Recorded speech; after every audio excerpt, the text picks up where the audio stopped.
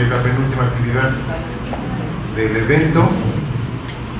El tema es Memoria, Ciudadanía y Olvido. Y le voy a pedirles a los presentadores que empecemos desde mi derecha y terminemos con Jorge a mi izquierda. Les presento entonces el trabajo de Corina Fernández, que lleva por título Ecos de Sentidos Colectivos, Trayectos Identitarios de Jóvenes Actores de la Acción Social.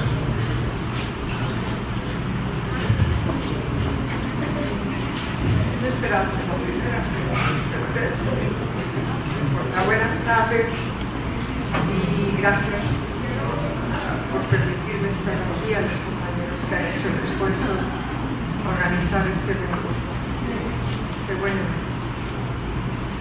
Bueno, yo voy a compartir unos primeros avances de una investigación que está en curso todavía. Una parte de los avances. Esta investigación es como una segunda parte, porque la primera la inicié con sujetos de una generación anterior, y de los que voy a hablar ahora yo asumo que son herederos. Y bueno, a lo largo de los 20 años que han transcurrido desde el llamado auge de las organizaciones civiles promotoras de desarrollo social en México, las redes de organizaciones que han impulsado proyectos democratizadores de la vida cotidiana han sido testigos, junto con el resto de la sociedad, de cambios y turbulencias políticas, sociales y económicas que han marcado tanto las estrategias como las aspiraciones y posibilidades de estos promotores de sentidos colectivos. Fueron los vientos de promesas democratizadoras que soplaron hacia el inicio del nuevo milenio los que en parte alentaron los esfuerzos de muchas organizaciones civiles por educar para la democracia como forma de vida, así como para la participación en la construcción del bien común. Hoy, esas promesas de fortalecimiento de una ciudadanía crítica y participativa han ido perdiendo sustento para dar paso a no pocos desencantos, por no decir algo más fuerte.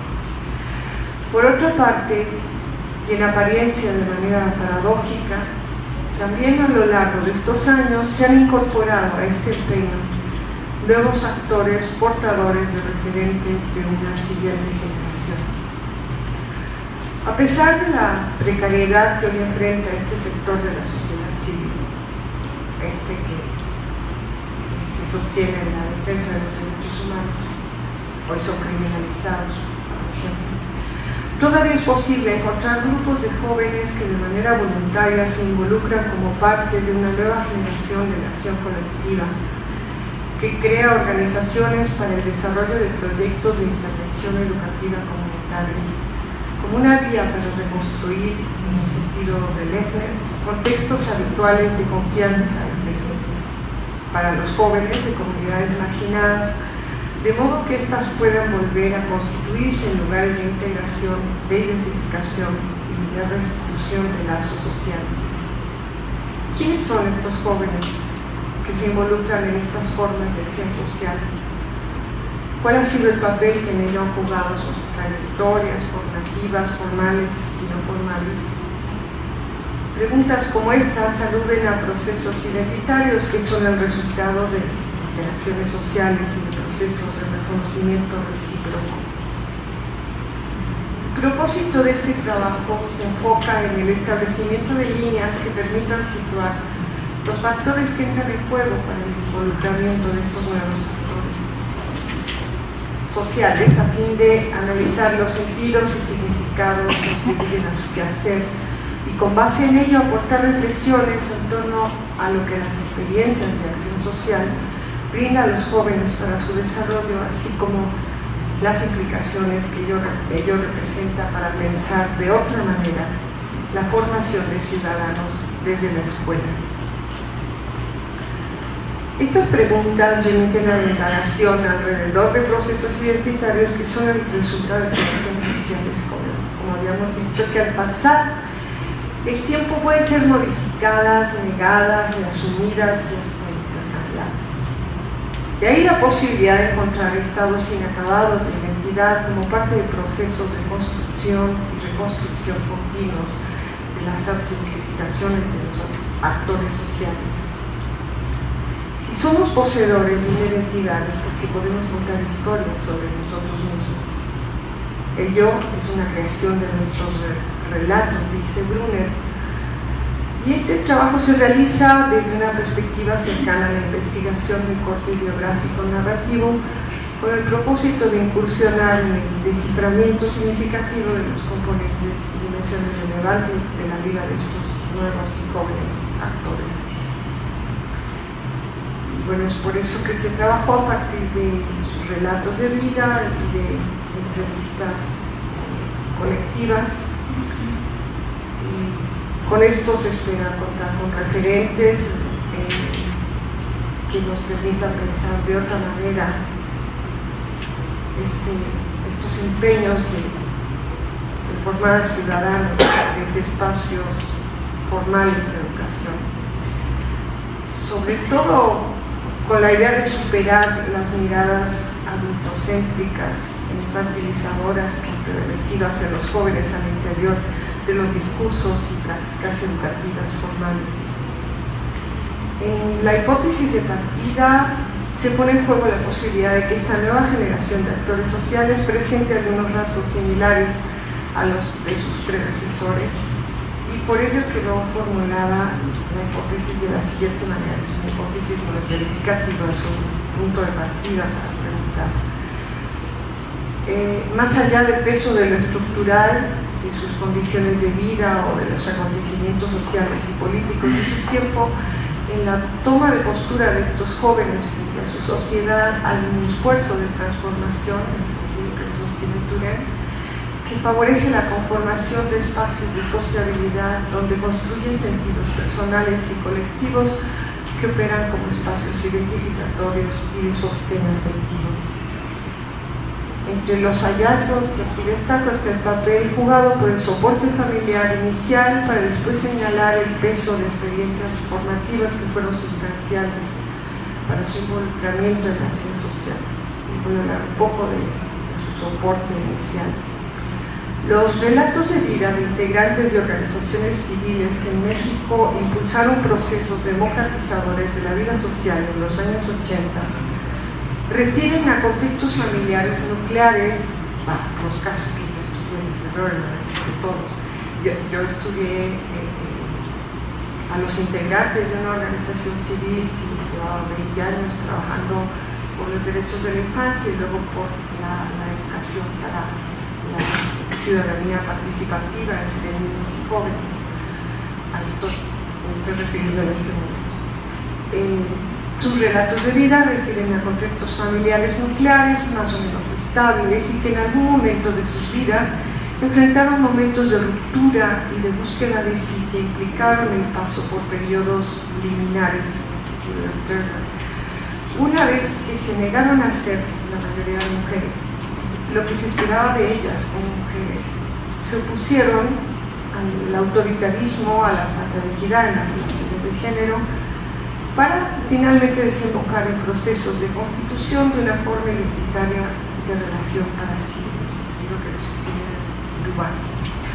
Los informantes de la actual investigación, o sea, los que hoy tienen 20, 25 por ahí, sostienen también esta forma identitaria que resulta de una conciencia reflexiva y es propicia para el desarrollo de la capacidad de relación y descubrimiento de los otros. La gran diferencia con sus predecesores es que en los relatos de vida de esta nueva generación de actores sociales no hay referencia a periodos críticos de desafiliación de un orden heredado para después inscribirse a otro, porque al parecer no fue necesario. En todas las entrevistas, los jóvenes aluden a la acción social desempeñada por sus padres, ya fuera mediante su participación en organizaciones de la sociedad civil, en el trabajo para el desarrollo de comunidades rurales, en el extrema pobreza, o mediante su participación política en actos o movimientos de oposición a violaciones de derechos políticos y sociales. Eso fue así, un super resumen de esta fase inicial, donde sin que sus padres jamás les dijeran: tienes ahora que ser un ciudadano participativo, crítico, informado, responsable, lo son. Y desde luego en sus escuelas tampoco nadie les dijo eso. Pero hubo experiencias formativas que fueron cruciales, como el hecho de que hayan participado en campañas de alfabetización en zonas rurales. Las nuevas pautas de acción colectiva se configuran como efecto de la coexistencia de elementos históricos y culturales que dan cuenta de huellas y legados que persisten en los fenómenos contemporáneos, dice Bellucci. Pese a que entre los informantes hay diferencias importantes de edad, en todos los relatos, sin excepción, aparece con fuerza la mención a dos experiencias que marcaron la identidad de estos actores. Estas referencias guardan en algunos testimonios el tono de epifanías, casi momentos de iluminación. Se trata de su paso por las llamadas escuelas alternativas y su participación en las campañas de alfabetización en comunidades rurales. En esta ocasión nos vamos a referir solo a la primera, que se llama La nueva escuela me volvió la vida, me volvió a la vida. La mayoría de los entrevistadas iniciaron su vida escolar en instituciones consideradas por ellos como tradicionales o conservadoras. Cuando enfrentaron situaciones para ellos inaceptables, tuvieron la oportunidad de plantear su malestar frente a estilos docentes autoritarios. Pudieron pronunciarse al respecto y contar con el apoyo para cambiar escuelas con perspectivas más cercanas a las pedagogías críticas. Son muchas las referencias a los buenos recuerdos de su vida escolar en estos centros. Entre ellos cabe destacar el frecuente uso de términos como feliz, felicidad, libertad. Dice uno de ellos: era mucha presión académica, mucha libertad, mucha responsabilidad. Otro informante dice: en la primera escuela era muy infeliz. Además, yo era la única alumna que tenía papás divorciados. Cuando llegué a la otra escuela, vi que había muchos tipos de familias. Una compañera mía hasta tenía 2 mamás. Fue bonito, y creo que ahí comenzó un motorcito que me abrió los ojos a mucha diversidad. Otro informante dice: al llegar a la nueva escuela me volvió la vida y fui tremendamente feliz. Entre las Entre las estrategias didácticas que fueron practicadas por los maestros de estos jóvenes, hay algunas que destacan por el gusto con que son narradas, y son aquellas que evocan tradiciones de la llamada escuela nueva, surgida a finales del siglo XIX. De manera particular, hay testimonios que hacen referencia a las técnicas de Celestín Freinet. Dice un informante: me encantaba la cooperativa, escribir mi libro de vida, no me dejaban tarea, la imprenta y sobre todo la asamblea de la que alguna vez fui presidente. Estos testimonios remitieron, aún sin que los informantes lo supieran, a momentos del trayecto recorrido por un corpus de resguardo que operó para esos jóvenes como canal de transmisión para acceder a focos de sentido que de algún modo sostienen el hilo rojo de su identidad. El hilo rojo de la identidad es del Regillo. No fue difícil seguir el rastro del trabajo realizado por maestros refugiados españoles y sus descendientes, que en México pusieron en marcha proyectos educativos inspirados en tradiciones pedagógicas y posturas cívico-políticas congruentes con los mejores ideales de la Segunda República Española. Tal es el caso de escuelas que en su nombre asumen la huella de maestros e instituciones como Bartolomé Cosío, Herminio Almendros y el Instituto Escuela, que la explícita alusión al Instituto Escuela creado en España en 1918. Hoy en México existen diversas instituciones educativas que recogen ese tipo de tradiciones, expresadas a través de enunciados como el siguiente que aparece en la página web. Somos miembros, dice esa página, de una sociedad civil integrada por un grupo de profesores de diversas disciplinas que ha dado estructura a un ideal en el cual la libertad, el respeto, el razonamiento y la cooperación forman parte de los aprendizajes cotidianos. Siempre esa referencia a esa página web.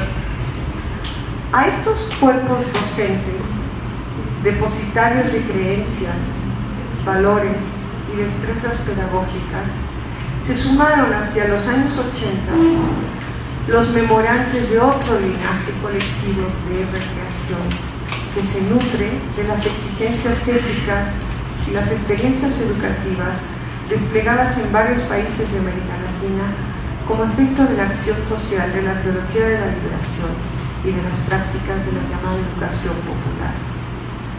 Los relatos de estos jóvenes sobre sus trayectos formativos y sus formas de involucramiento en la acción social testimonian las formas en que ellos mismos operan como eslabones vivientes de estas cadenas de sentido. Desde una perspectiva intergeneracional, ello da cuenta de que esta vía de acceso a comunidades de sentido no implica ni repetición ni continuidad, pues como bien señala Potel, lo que se disemina siempre será distinto a lo heredado. La repetición, al no poder nunca repetirse, está condenada a producir lo nuevo, es decir, el acontecimiento del otro.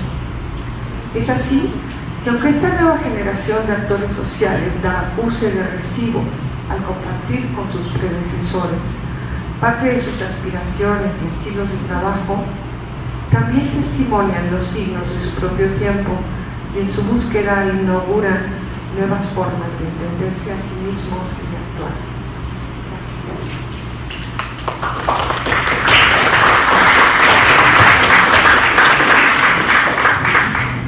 Gracias, Karina.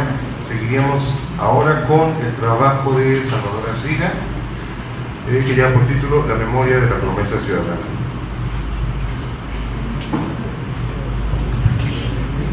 Buenas tardes. ¿Por qué nos interesa la ciudadanía? Porque parece ser el concepto que le otorga sentido a nuestra identidad, porque permite ubicar en el tiempo y en el espacio la construcción de derechos y obligaciones. Parece ser la base sobre la que se sustenta el reconocimiento de la nación, de los estados, de la política y de todo lo que preside la convivencia y por lo tanto el sentido del pasado y de nuestro presente. Entonces, cabe la pregunta: ¿de dónde surgen estos marcos de memoria que permiten reconocerse en estas certezas? En el tiempo, en su origen, en su presente y las posibilidades de las sociedades, de los estados, de las comunidades, de los grupos, las familias y de las personas. Y siendo como lo es un proceso sociohistórico, nos apoyamos en aquellos que la psicología define como tal. La relación entre las formas de la sociedad. Hablamos la lengua de nuestros padres nos han enseñado, profesamos como verdaderas las creencias y principios que nos han inculcado, consideramos buenas o malas las acciones conforme al criterio que la sociedad nos ha imbuido.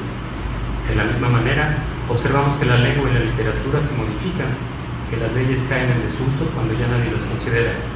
Las costumbres dejan de practicarse por la tendencia que las comunidades cambian de modo de pensar y de obrar. Hay que recordar que la otra forma primigenia del progreso social es la oposición, que supone discutir, criticar, oponerse no para destruir diferencias sino para ofrendarlas. La aparición de nuevas ideas, valores, normas, actividades, juegos, comportamientos ilumina los materiales existentes en la conciencia y la producción de nuevas y fecundas síntesis. La herencia social. La herencia social es el caudal de pensamientos y de formas de realización que son ofrecidos en cada grupo, a los que en todo momento se les convida del patrimonio cultural del que se nutre. La herencia que se recibe es propiedad común, ya se trate de los conocimientos y actividades útiles o bellas, de la comunicación social, la literatura, el arte, la filosofía o las formas de organización, ya de las dinámicas grupales que con razón se llaman esenciales porque su falta incapacita para vivir en sociedad. Entonces, debemos considerar al hombre, a su naturaleza como un producto cultural, hechura de la sociedad en la que nace, en la que se forma y a la que le debe lo que es. La oposición entre olvido y memoria. En el siglo XVIII-XIX se inicia el reconocimiento del tema en cuestión, y parece que fue von Humboldt el que lo acuña y plantea el estudio del espíritu del pueblo.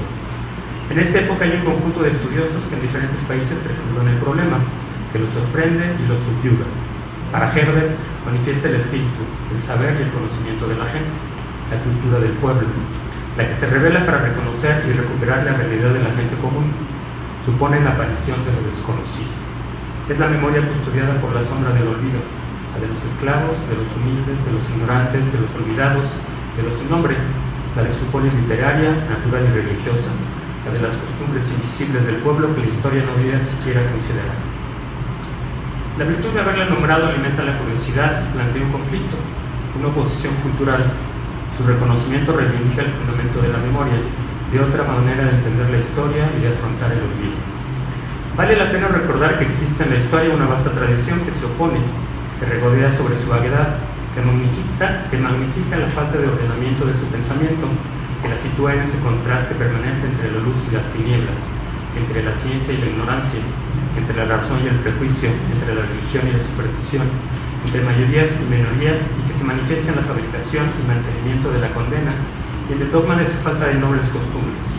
Todo aquello que prefigura un conflicto cultural, la oposición entre aristocracia y plebe, entre historia y memoria. Este conflicto representa la perspectiva que va a custodiar la emergencia del sentido de ciudadanía, el que se va a confrontar con multitud, plebe, masa, los nombres con que parece este desprecio alimentado por el progreso y por la razón. Visto desde el problema que plantea, supone un movimiento cultural en el que se conquistan los orígenes de la nación, las costumbres legendarias y tradicionales que manifiestan el espíritu del territorio, de la patria, aquella que reivindica el suelo y las libertades originarias que exaltan lo popular y suponen el conflicto de crear formas inéditas de relación.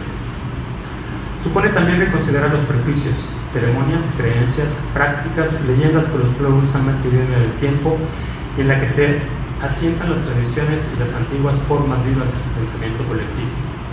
Aquellas tradiciones que circulan, dominan el alma e informan la vida del pueblo en el seno de las naciones y son objeto de creencias, ritos y opiniones por parte de las multitudes. Son las formas que nos remiten a la memoria colectiva, al pasado de su presente. Es entonces, en el romanticismo, como un movimiento cultural en el que se manifiesta la oposición del estudio de la vida popular, aquel que desafía el sentido de los tiempos, los siglos de derecho divino, del linaje real. Señala el conflicto de dos universos, el de la tradición contra el linaje divino, el del poder y ahora el de la razón.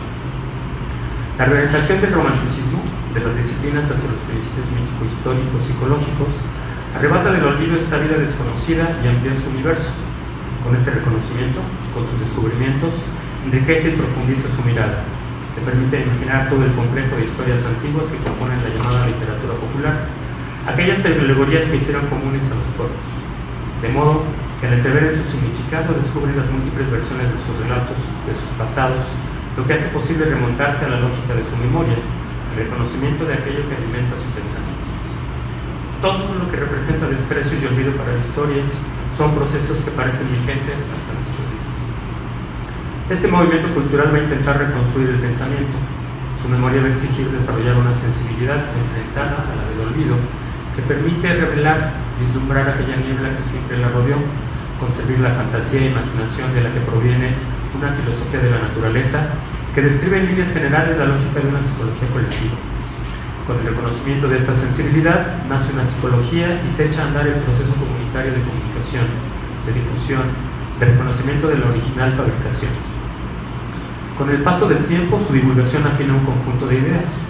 La psicología de los pueblos cabalga sobre el análisis de los procesos espirituales superiores, en tanto supone el trabajo del tiempo, del pensamiento humano que se descubre en la influencia de su prehistoria y en los procesos legitimados por la ignorancia de su estirpe.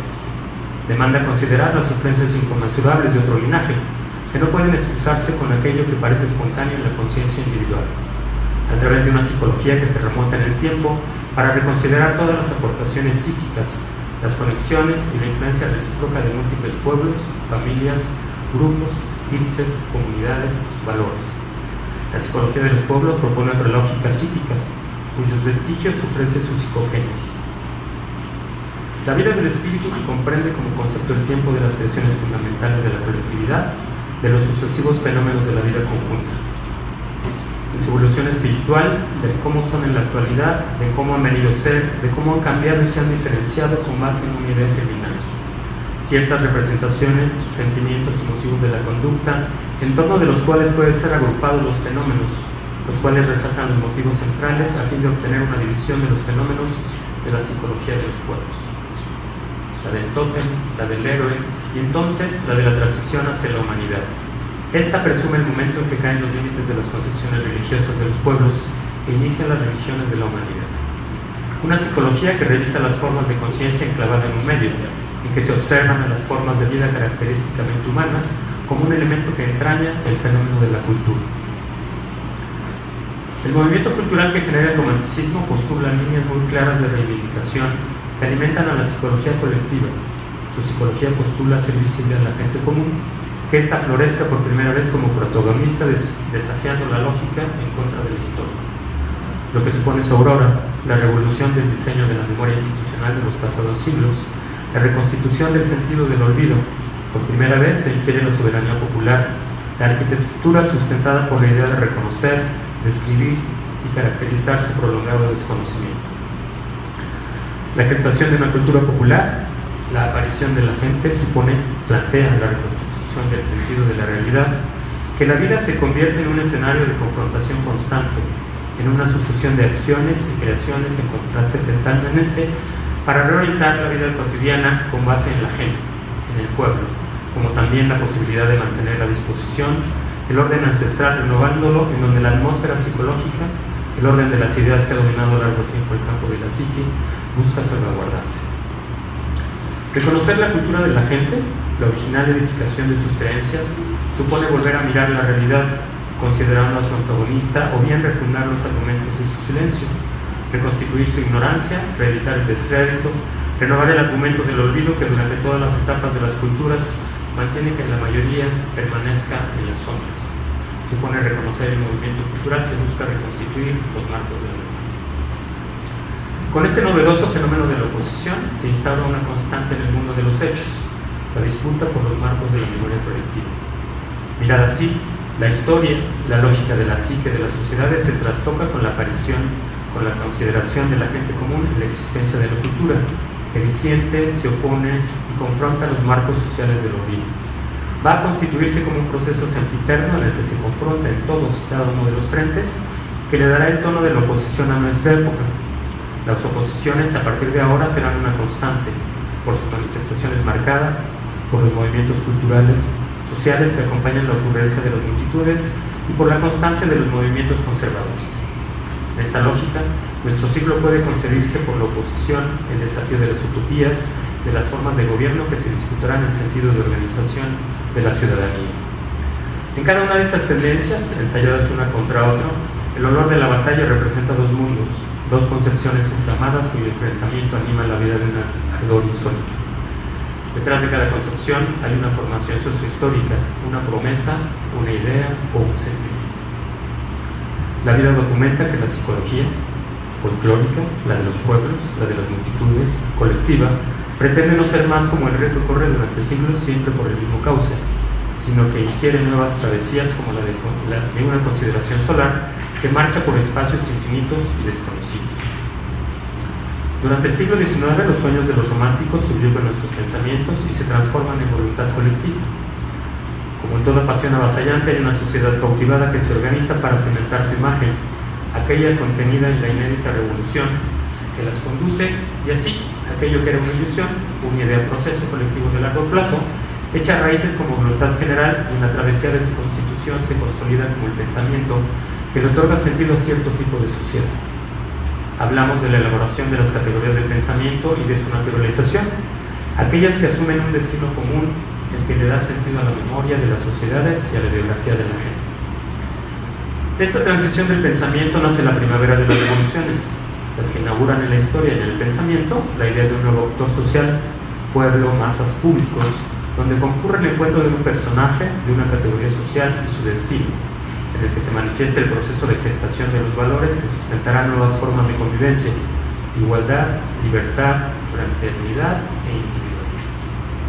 En este breve lapso se vive el enfrentamiento de un pasado milenario con un futuro que se encuentra por décadas, en el que reaparece la necesidad de subordinar las tradiciones y las filiaciones locales a una vigorosa integración nacional. Y esta subordinación de la sociedad a la modernización de la producción y a la fuerza del Estado permite una movilización colectiva que no podría lograr ningún llamado racional. La revolución subraya el esfuerzo sin precedentes de hacer de la multitud un ser público. Significa la reconstrucción del tiempo de la historia y la revuelta de la vida en común contra el olvido.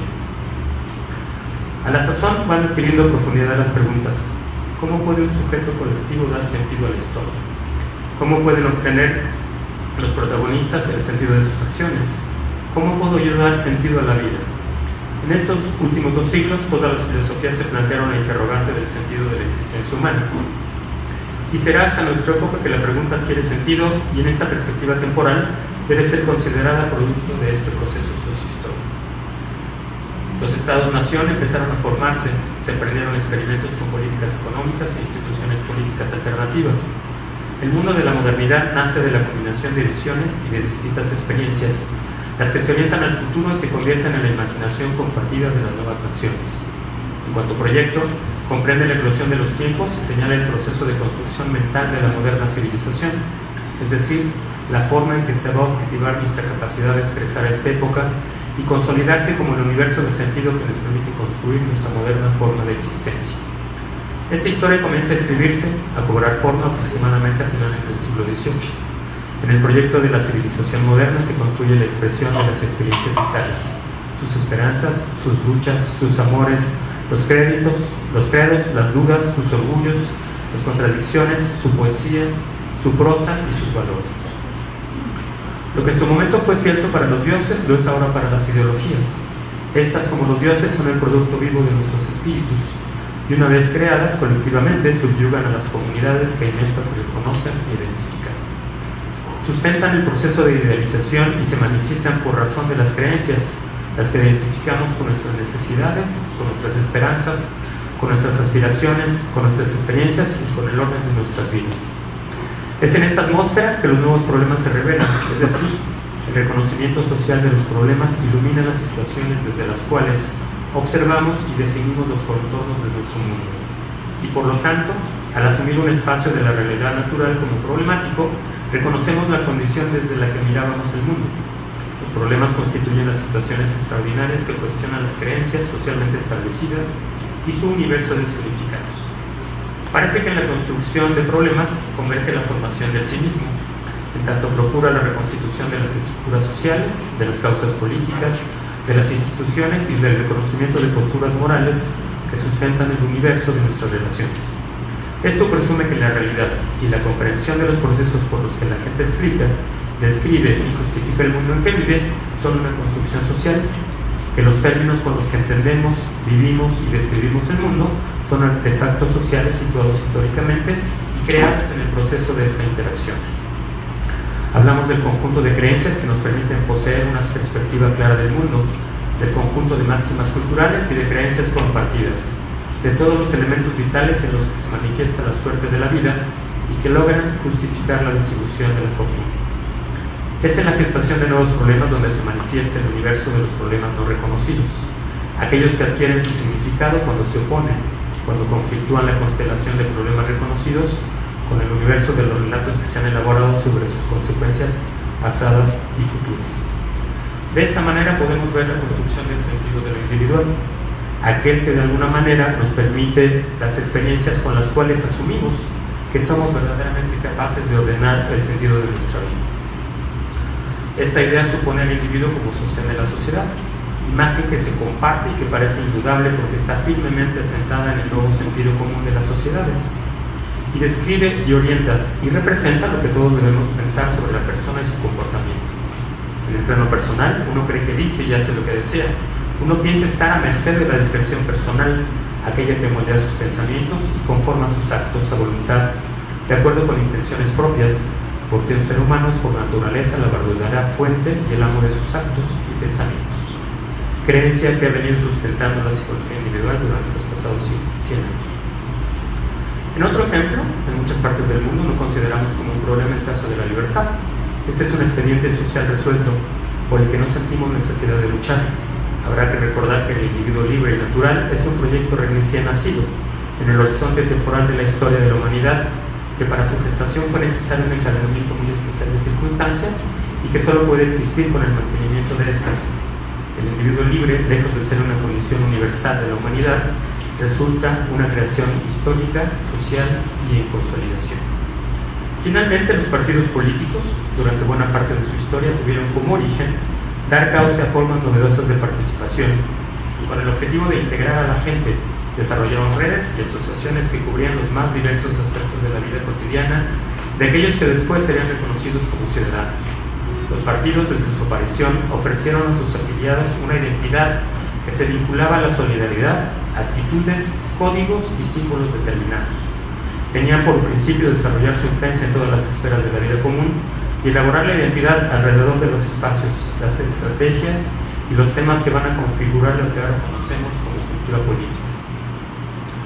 En el contexto histórico, los partidos ofrecieron un universo significativo que definía las cuestiones de solidaridad, de apoyo mutuo y, por supuesto, de las formas de ser política, las que cristalizarían en recursos de identidad, por lo que como consecuencia de este proceso fuimos reconocidos como ciudadanos.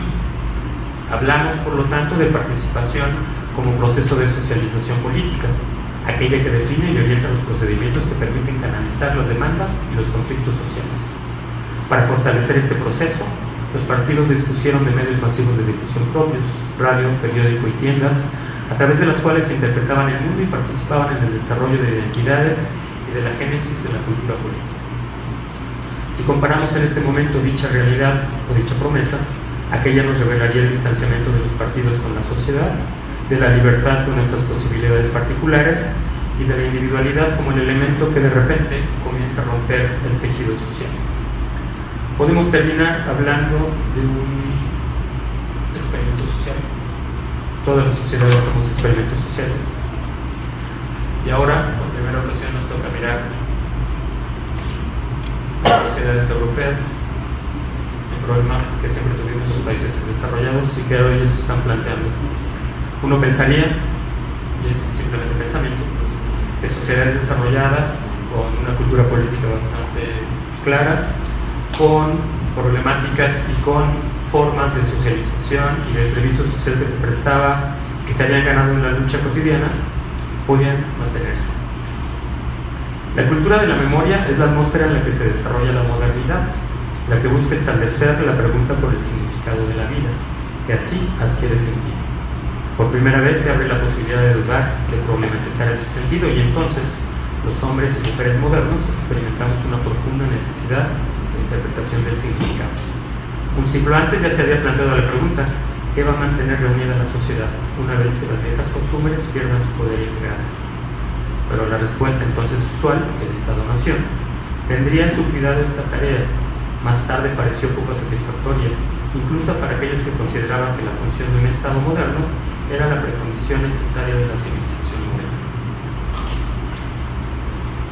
Por parte de Europa, en menos de 5 años, la cultura del mundo occidental ha pasado de cultivar el presentismo del presente. Hace apenas un lustro, el lema de la existencia, del consumismo, inducía a vivir intensamente cada instante, a gozar del inmediato y olvidar cualquier incómoda trascendencia. Era una forma de asumir de un lado la intrascendencia de la vida y de otro la esencia de las mejores cosas. De ese modo, el impulso por probar de todo contribuía a la idea de vivir mucho. Lo contrario parece estar sucediendo ahora. La jubilosa circunstancia del presente próspero ahora parece la agonía de su presencia fatal. Frente a la velocidad ha sobrevenido la recesión y el paro, de la crisis y su estela de empobrecimiento general. El presente no es más la plataforma para proyectar ilusiones. Es desolador constatar la velocidad con la que el siglo XX se ha alejado de nosotros. Parece haber desaparecido lo que era la ética política. Gracias.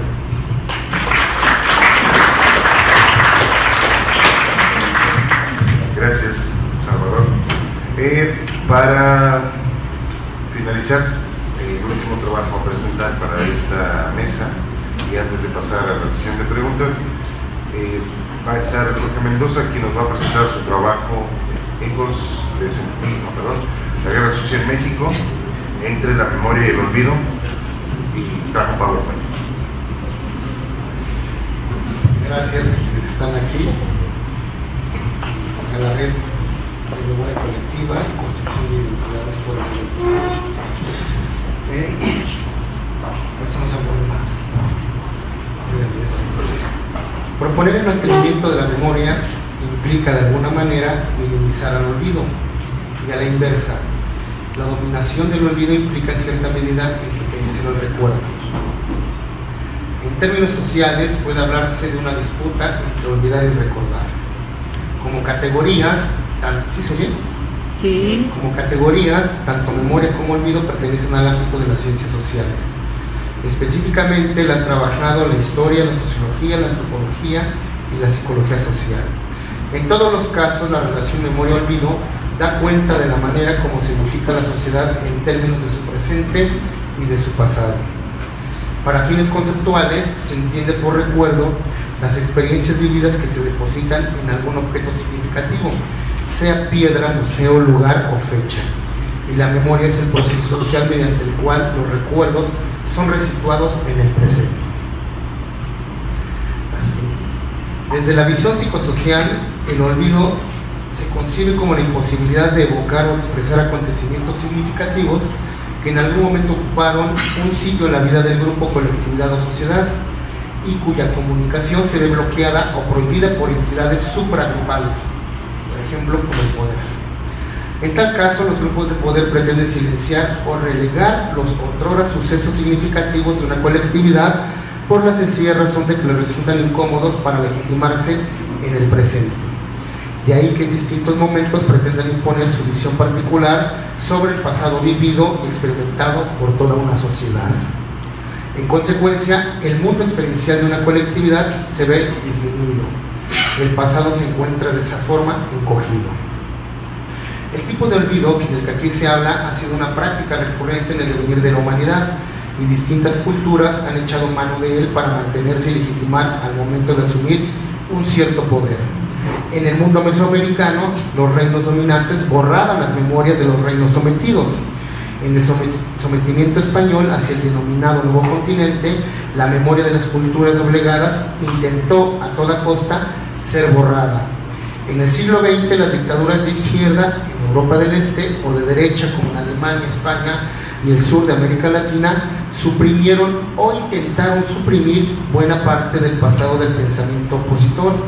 Es decir, los grupos que desean imponerse sobre otros recurren al olvido social para mostrarse como los más viables, los más adecuados y como aquellos que provienen de un pasado más o menos dignificante.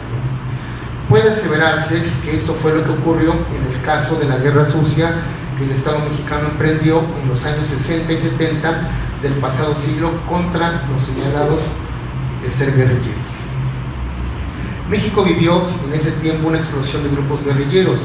Estos surgieron en el marco de movilizaciones de diversos sectores, magisteriales, ferrocarrileros, médicos, cobreros, campesinos demandando tierras y estudiantes universitarios en plena protesta. La mayoría de estos movimientos fueron violentamente reprimidos. Muchos de los reprimidos y otros que vieron de cerca la represión llegaron a la conclusión de que no quedaba otra ruta que la vía armada. Hubo expresiones armadas en el campo y la sierra, principalmente en Guerrero. Ejemplo de ellos son Genaro Vázquez y la Asociación Cívica Nacional Revolucionaria, y Lucio Cabañas y el Partido de los Pobres. A este tipo de agrupaciones se le denominó guerrilla rural.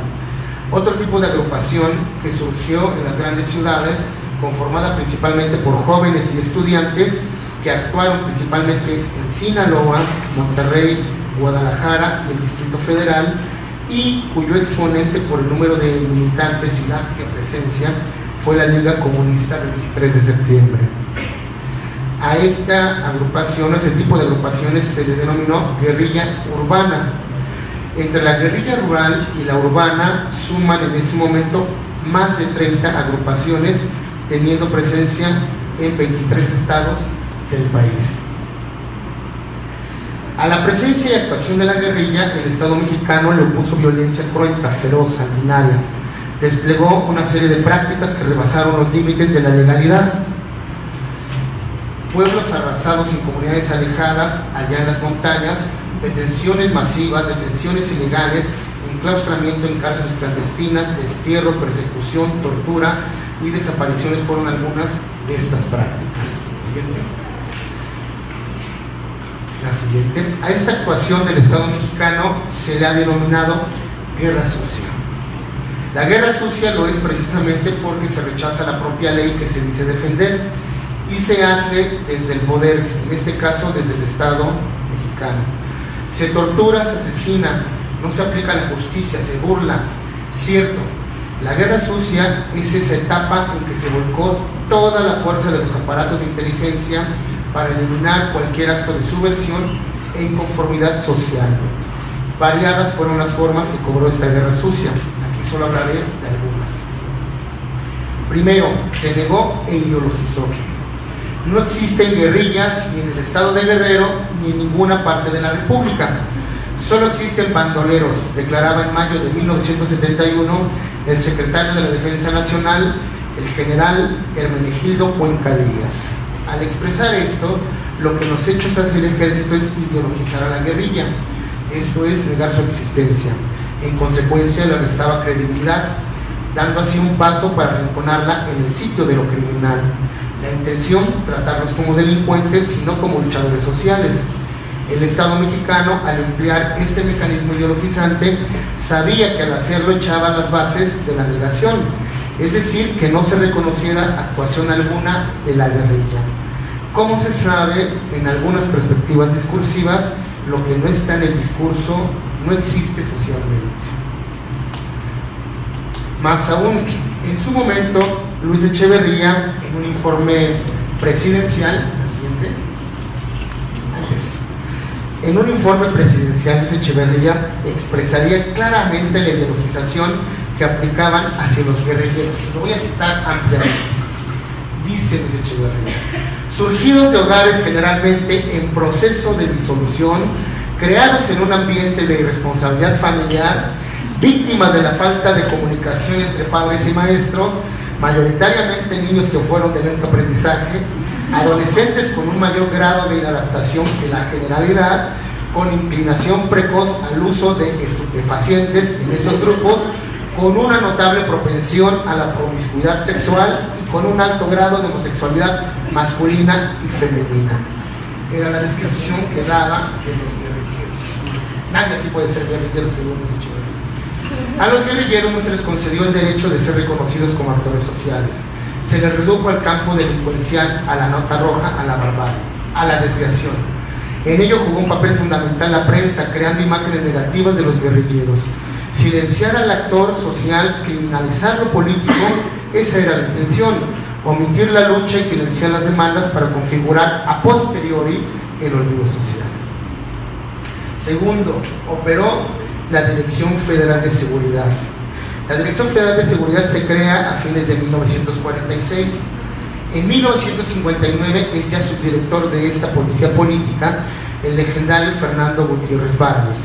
Con él estarán personajes como Luis de la Barreda, prófugo ahora, papá de aquel que fuera presidente de la Comisión de Derechos Humanos del DF, y Miguel Nazar Aro, que acaba de morir. Hombres que controlarán la Dirección Federal durante años. Considerando la cantidad de información que la Dirección Federal de Seguridad generó sobre la guerrilla, es fácil suponer que tenía informantes por todos lados. Se sabe que la guerrilla estaba infiltrada, informantes por doquier, estudiantes, obreros, campesinos, empresarios, políticos, periodistas, ojos y oídos por todos lados. Prácticamente toda la guerrilla urbana estaba infiltrada. Ahora se sabe de guerrilleros detenidos, sometidos a tortura y amenazados que se dieron a ser informantes de la policía política. Los agentes de esta policía infiltraban a la guerrilla, la dejaban crecer y actuar. Era entonces cuando operaban sobre ellos.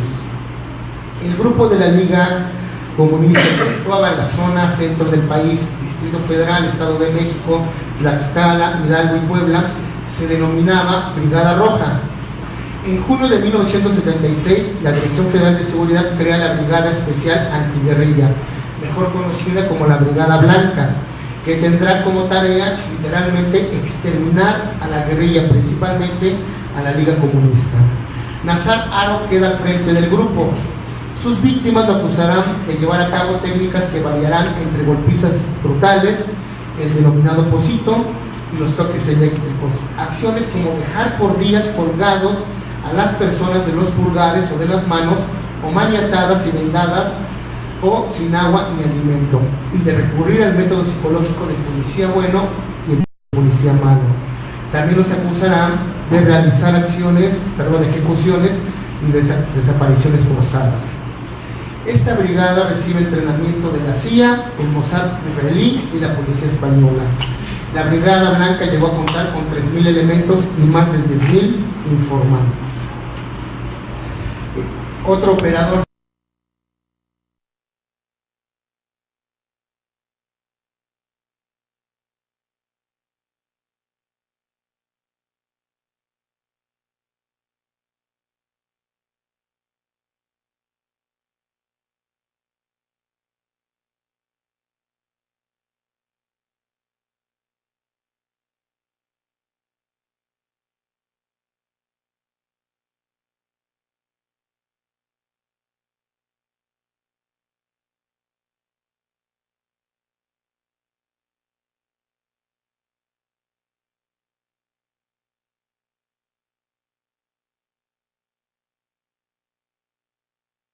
públicamente de lo ahí sucedido.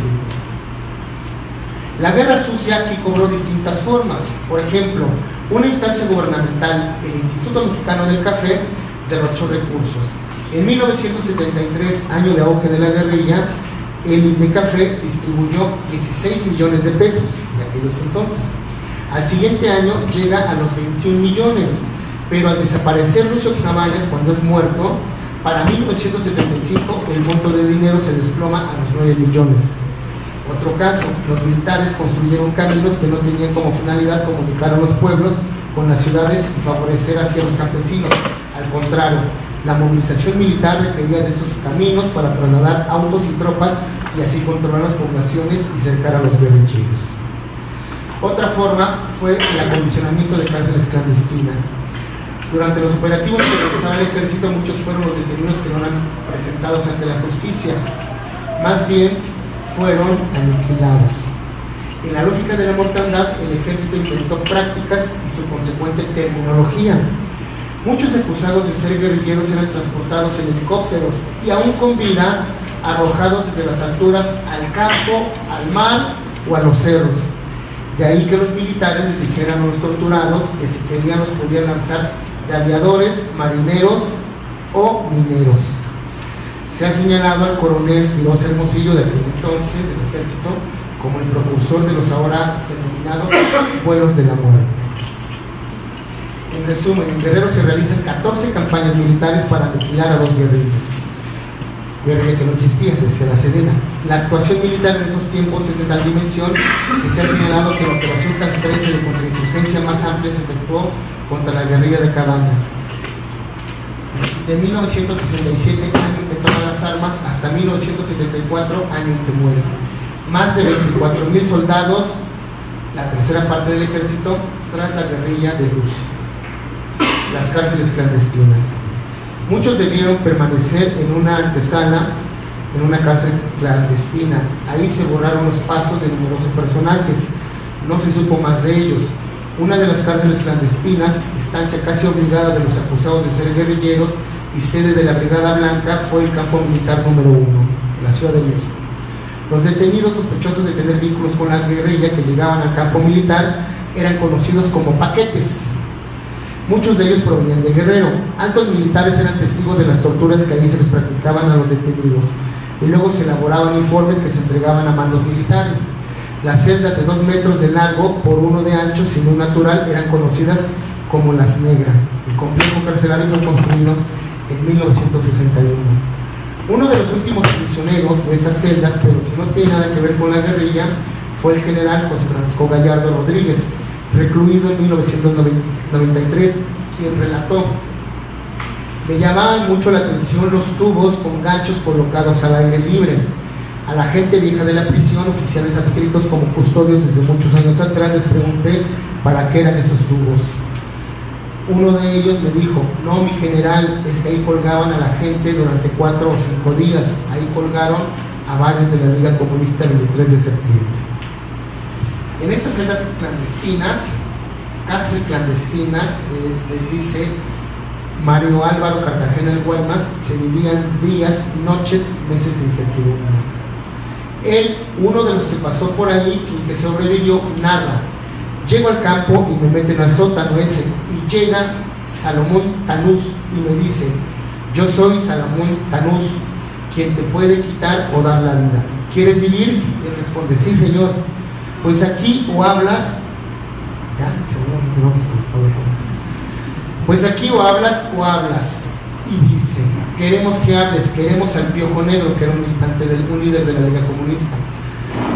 Iba todo madreado y me traen a una compañera y sale Alicia de los Ríos Merino, y en menos de un minuto que la vi entendí que me decía que aguantara, que no diera información a pesar de que me habían cortado la pierna. Diario estaban ahí los federales interrogándome. Estuve 2 meses en el campo. 2 cosas al respecto. El Guaymas, en la Ciudad de México, estaba a punto de ser intervenido, pues tenía varias heridas de balas después del enfrentamiento. Se encontraba en la Cruz Roja, era el 5 de abril de 1978. Llegaron agentes de la Dirección Federal de Seguridad y lo sacaron del sitio y se lo llevaron al campo militar número 1. Cuando despertó no tenía una pierna y de un brazo había quedado mal. Señala que es de los pocos que han salido de ese campo. Segundo, Alicia de los Ríos, que él vio, está en calidad de desaparecida. El Guaymas fue el último que la vio con vida en ese campo militar. Ahora se sabe que no solo en el campo militar número 1 hubo cárceles clandestinas. Casi todas las bases militares de Guerrero, como Pie de la Cuesta o el cuartel militar en el municipio de Atoyac, funcionaron igualmente. De muchos que pisaron cárceles clandestinas ya no se supo más, están en calidad de desaparecidos. También hubo tortura, de eso lo vamos a hablar ahora. Desapariciones. Parece guión de Vía Crucis.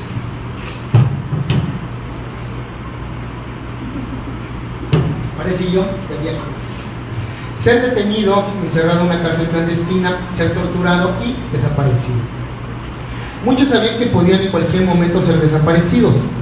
El primer gran golpe a la estructura de mi ánimo y voluntad, dice un sobreviviente, había sido la revelación del viejo indígena de la Huasteca hidalguense, que como al mes que me arribó al campo militar número 1, me dijo que llevaba 2 años de desaparición forzada en las instalaciones carcelarias. Saber que a uno lo pueden desaparecer sin dejar rastro ni vestigios mortales a los familiares es seriamente angustiante. Cientos continúan en calidad de desaparecidos. Aquí solo mencionaré un par de casos. El 18 de abril de 1975, la Dirección Federal de Seguridad secuestró al hijo de Rosario Ibarra, Jesús Piedra Ibarra. Desde entonces se encuentra desaparecido. Las madres, esas doñas, como se les denomina a esas madres que caminan y gritan en busca de sus hijos, luchadoras incansables, portan los retratos de sus desaparecidos. Algunos de ellos efectivamente guerrilleros o colaboradores, muchos más sin vínculo alguno con las organizaciones armadas. Wenceslao García José fue torturado en el campo militar número 1, narra un sobreviviente, él fue sacado muy herido y no se supo más de él. Otros muchos desaparecidos, sobre todo de la Sierra de Guerrero, no participaban en actividad subversiva alguna. Fueron detenidos en las operaciones que el ejército efectuaba para aniquilar a la guerrilla de Genaro y Lucio. Madre y esposa de desaparecidos, María Eugenia Barrientos Zamora, recuerda que su esposo e hijo iban por la leche cuando los detuvieron, los acusaron de ayudar a Lucio y ya no se supo más de ellos. Narra: mi hijo se llamaba Fidel Serrano Barrientos y se lo llevaron de un punto del Cochero, que es un embarcadero. Allí lo agarraron a él, una madrina lo entregó, él no tenía nada que ver, era muy joven, se lo llevaron a él y ya no supe de él, ni siquiera de un paradero donde lo hubieran visto. Insisto, que estos son algunos casos, pero son muchos. El gobierno mexicano establece cifras sobre las bajas de los delincuentes o guerrilleros. 600 entre 1965 y 1975. El Centro de Investigaciones Históricas de los Movimientos Armados, fundado por un grupo de exguerrilleros, dice que tan solo hay 400 desaparecidos en el caso de Guerrero y asegura que son 3.000 los muertos en combate o asesinados entre 1965 y 1975. Los números, como puede observarse, varían. La Asociación de Familiares de Detenidos, Desaparecidos y Víctimas de Violaciones a los Derechos Humanos en México señala que tan solo en el estado de Guerrero se sabe de 650 desaparecidos y se habla de 1.350 casos en el territorio nacional. Entre memoria y olvido. El guerrillero ha sido pieza clave en las luchas de liberación del mundo, desde China hasta Vietnam, primero contra la opresión occidental y después contra el sometimiento oriental. Ha sido factor clave en las guerras de liberación, lo mismo en África que en América Latina. En todos los continentes el guerrillero del siglo XX fue un llamado a la libertad, al cambio social, por una vida más justa, más humana y más digna. También ha sido el caso del guerrillero mexicano ese. El guerrillero ha sido un impulsor del cambio social por otra vía, la de las armas. Su fuerza ha sido y es por un anhelo de libertad por el que lucha y por el que ha sido y es infamado y denigrado, torturado, encarcelado, muerto o exiliado. Esto es, encierro, destierro o entierro le ha tocado. En el caso revisado ha sido en buena medida olvidado, o al menos existe una disputa entre memoria y olvido. El dominio sobre la memoria y el olvido como prácticas sociales es un proceso eminentemente político y deviene elemento fundamental para el control y ejercicio de gobierno en una sociedad. Jacques Le Goff lo refiere así: apoderarse de la memoria y del olvido es una de las máximas preocupaciones de las clases, de los grupos y de los individuos que han dominado y dominan las sociedades. De ellos son muestra sus olvidos y silencios, de la manipulación de la memoria. La memoria de una sociedad es uno de los lugares privilegiados de la ideología, y mediante la representación del pasado que en ella se forja se puede justificar el presente y proyectar el futuro. En México, en el caso de la Guerra Sucia, la apuesta del gobierno mexicano fue el olvido. La guerra desatada contra las agrupaciones subversivas fue en todo momento acallada. El silencio fue el recurso del que se hizo uso. A ello contribuyó la prensa. A la guerrilla no se le reconoció como tal, se le enclaustró en la categoría de delincuentes y terroristas. Su manifestación como actor social pasó desapercibida para una gran parte de la población mexicana. Y si no había guerrilleros, tampoco podían existir excesos contra ellos. La programación del olvido y de la inexistencia noticiosa de los actos de la represión, como las matanzas, asesinatos selectivos, encarcelamientos, desapariciones, ceses, campañas de difamación, allanamiento de locales, existieron. Tal manejo de ese pasado, de lo ocurrido, de la memoria colectiva, es la garantía esencial de la impunidad. Lo que no se sabe o no se recuerda no ocurrió, no tuvo lugar en el imaginario colectivo. Es cierto que los familiares de los encarcelados y desaparecidos recuerdan lo que sucedió. Es cierto que se han manifestado frente a la Catedral, frente al Palacio Nacional, frente a la Procuraduría, el primer sábado de cada mes frente a la Suprema Corte de Justicia, en diversos sitios, pero su voz sigue sin tener el eco requerido, que se encuentre en el espacio público para ser considerada en la toma de decisiones para aclarar lo ocurrido en esas décadas. Si la opinión pública es algo así como esa parte de la sociedad que recuerda, en consecuencia no hay opinión sobre la Guerra Sucia. Apenas se encuentra en formación, esa es una hipótesis. Cuando en su momento el diputado priista Guillermo Martínez Nolasco demandaba: pido que no se contamine una sociedad que ni siquiera conoce los hechos de la llamada Guerra Sucia, lo hacía a sabiendas de que efectivamente el ocultamiento del intento de exterminio de la guerrilla en nuestro país fue algo que en el discurso público no ocurrió. Olvido en construcción, negación y omisión, procesos con los que significa el olvido social. La disputa sigue siendo la de siglos atrás, memoria versus olvido impuesto. Olvido de una parte de la vida social y política de nuestro país, olvido de eventos que en alguna medida contribuyeron al cambio de régimen en el año 2000, olvido de acontecimientos que, aunque dolorosos y mortíferos, contribuyeron a una reforma política en los años 70 del pasado siglo, sucesos en los cuales no se puede entender la presencia actual de la guerrilla, que en buena medida proviene de esos tiempos, porque la guerrilla simple y sencillamente no fue aniquilada. Muchos de sus integrantes se replegaron y ahora resurgen. Pues bien, seguir ocultando ese periodo de la denominada Guerra Sucia en México no lleva sino a un desconocimiento de la actuación de algunos grupos en el presente. Y desconocer el pasado es incómodo, porque no saber de dónde se viene, no saber los principios, lleva a no saber cuál es el rumbo a dónde se va. Afortunadamente ha habido grupos que han insistido en que este episodio de la vida mexicana no quede enterrado en el olvido. Han insistido en su discusión, en su esclarecimiento. Algunos eventos, desde la academia hasta foros donde se tienen testimonios sobre lo ocurrido en esos años, están contribuyendo al rescate de esa memoria. El presente trabajo pretende asistir a ese intento. Gracias.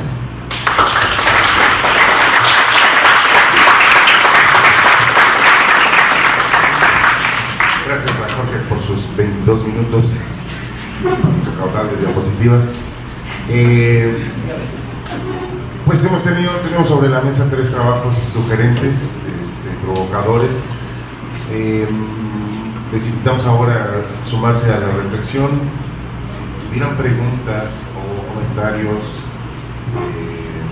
ponencias, no, pero comentarios, preguntas, etcétera, son bienvenidos.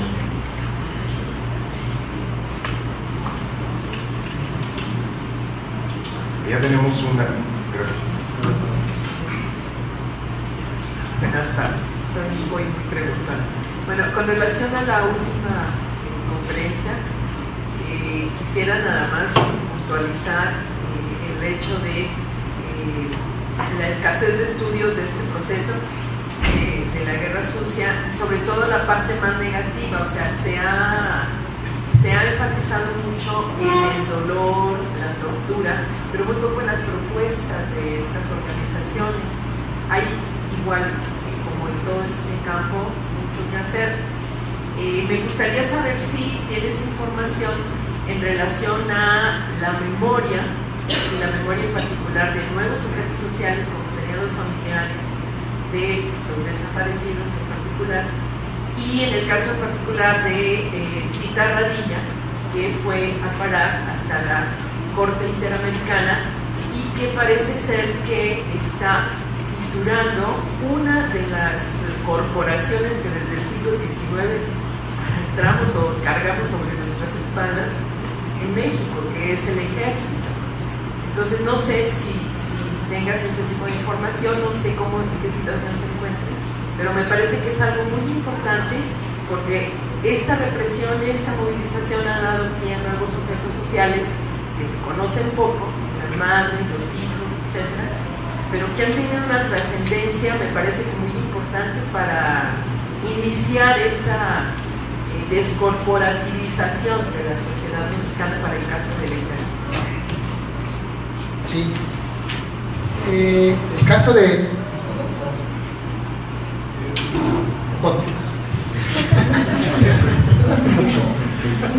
el caso de Tita Radilla es muy emblemático porque fue una demanda que se puso ante organismos internacionales, porque aquí jamás hubo respuesta, y en el 2010 hubo una respuesta favorable y el Estado mexicano tiene que reparar el daño. ¿En qué consiste la reparación del daño? Uno, tienen que escarbar donde hubo una base militar y se presume que hubo una fosa clandestina. No ha escarbado el ejército. Dos, se debe de publicar un libro con la biografía de Tito Radilla. La hija que emprendió toda esta lucha murió desafortunadamente el año pasado, no vio y no logró su esfuerzo. La otra hija está ahorita pleiteando para que se logre aterrizar, concretizar esto.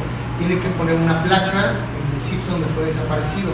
Está desaparecido desde 1984.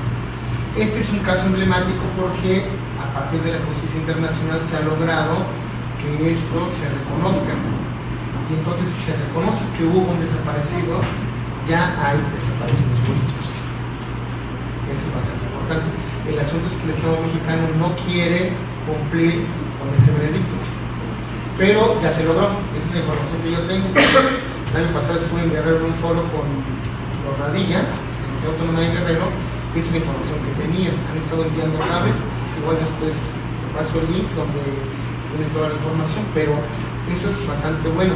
Sí hay información de memoria de los familiares, hay una organización aquí que se llama Hijos, como en otros países, con algunos de ellos he platicado. Es muy fuerte porque el papá de una chava murió en el campo militar número 1 de Cana, y resulta que cuando exigen a la Procuraduría que esclarezca en el caso de estas desapariciones, cita, jodidamente la PGR cita al desaparecido a testiguar. Entonces los hijos se encabronan porque ¿cómo están haciendo eso? Se convierte en un objeto de burla. Citan al desaparecido a testimoniar, cuando los hermanos que estuvieron en el campo militar número 1 vieron por última vez al hermano ahí torturado, deshecho. Sí hay algunas cosas, es un trabajo mucho más amplio. Aquí solo presento algunas cosas. Hay varios rubros, ¿no? Que aquí no sí. ¿Tendríamos alguna otra pregunta? Allá, Félix.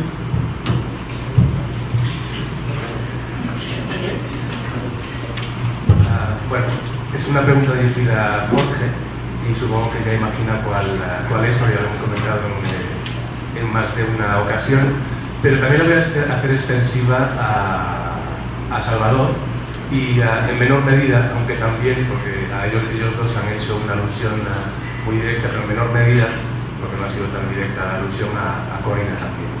Y tiene que ver con el olvido. Yo la verdad es que tengo serias dificultades para separar memoria de olvido, tal y como yo concibo la memoria. Entonces, cuando se aísla el olvido y se hacen afirmaciones del tipo se impone el olvido, se estimula el olvido, yo realmente tengo serios problemas para comprender qué significa estimular el olvido. Para ser muy rápido y muy gráfico lo pondré en clave personal, ¿no? Yo, cuanto más intento olvidar cualquier cosa, o sea, más persevero en mantenerla presente. O sea, estoy haciendo un esfuerzo, que es un esfuerzo paradójico, que lo que me lleva no es a olvidar. Dice, bueno, voy a olvidarme de tal persona. ¿Cómo lo hago? Voy a olvidarme de tal acontecimiento. ¿Cómo lo hago? Yo creo que aquí es un proceso bastante más complejo. Es decir, por un lado puede haber un silenciamiento y por otro lado ese silenciamiento lo que puede, o lo que conduce más bien, es a otro relato de memoria construido con otros elementos, por ejemplo con la desacreditación de los guerrilleros, calificándolos de delincuentes, o atribuyéndoles determinadas características.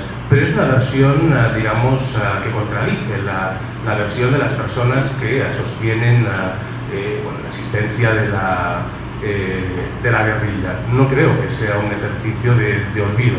Efectivamente, si esa versión triunfa en el escenario social, puede efectivamente borrarse el recuerdo de la guerrilla, de los guerrilleros, etc.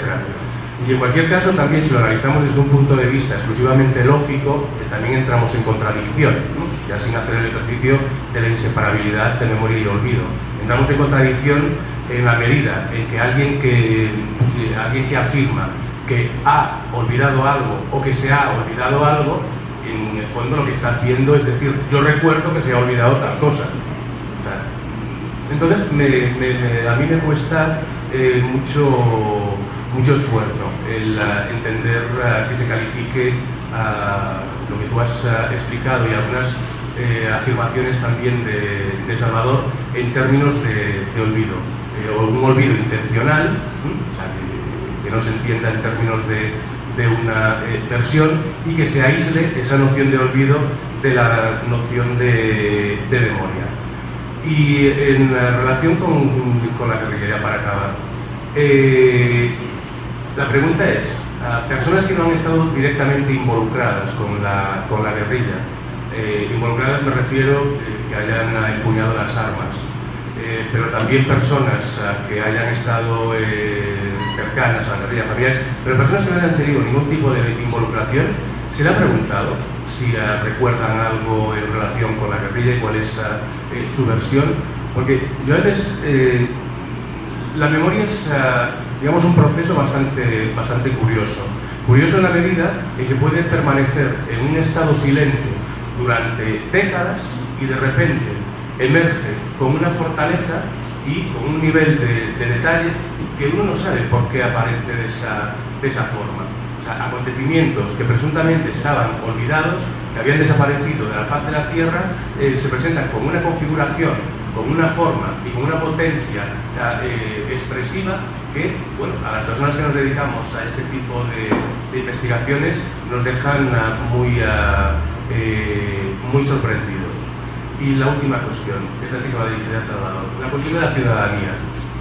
A mí el concepto de ciudadanía me parece que ha perdido mucho fuelle desde el siglo XVIII. O sea, cuando se afirmaba que habíamos pasado o que teníamos que pasar de súbditos a ciudadanos. Creo que es un concepto que se ha pervertido bastante.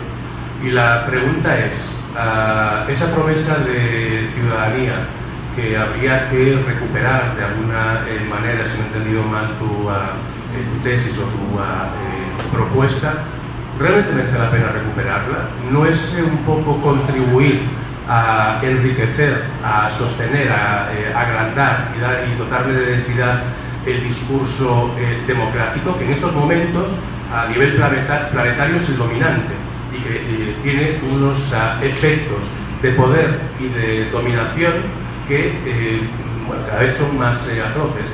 O sea, no hay apenas nadie en la faz de la Tierra, deben de quedar media docena de países que defiendan regímenes autoritarios. O sea, siempre se defienden regímenes democráticos porque sabe que socialmente son muchísimo más productivos. Va a ser breve, pero como siempre no lo son. Muchachos, ¿quién contesta primero? Salvador. Para que no se le olvide. De hecho, el concepto de ciudadanía, tal como está planteado, intentaba exactamente recuperar la idea de que parece como si ciudadanía tuviera la capacidad de recuperar esa parte que prometía reaparecer. Formas, tradiciones, costumbres que nunca se manejaron. Pues, por ejemplo, cuando aparece el progreso, el famoso progreso, en ese instante, la educación y todas las instituciones lo que hacen es volver a tener una cruzada en contra de ese conocimiento y lo pusieron como ignorancia. Por eso lo ponía como la paradoja que tiene que ver con una cosa que se va oponiendo sistemáticamente y que en esta oposición va desapareciendo. Es decir, esta idea de que la gente iba a tener la capacidad de tomar decisiones parece broma.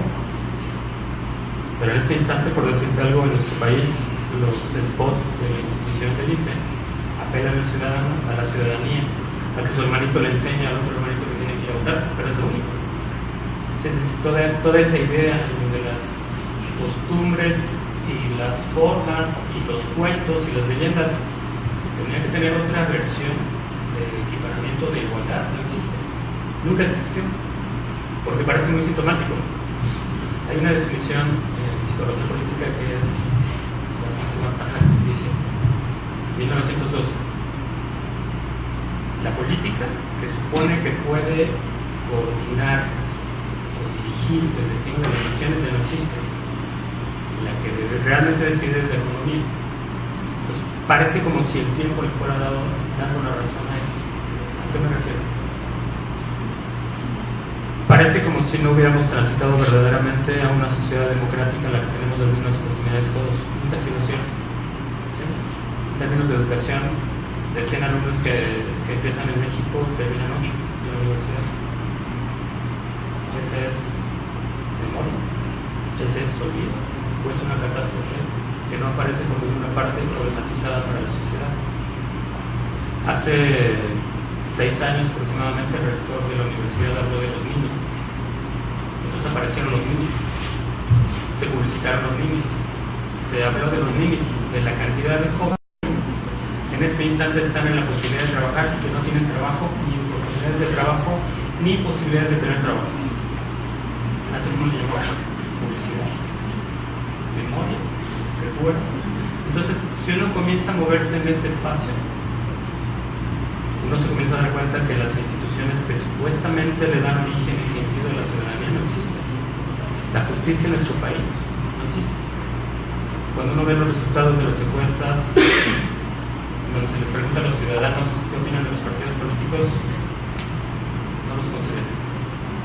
Cuando les preguntan qué características tienen los políticos, dan cierto tipo de características y le dicen, cuando él llegue a tener el poder, ¿usted cree que se va a preocupar de lo que a usted le importa? No.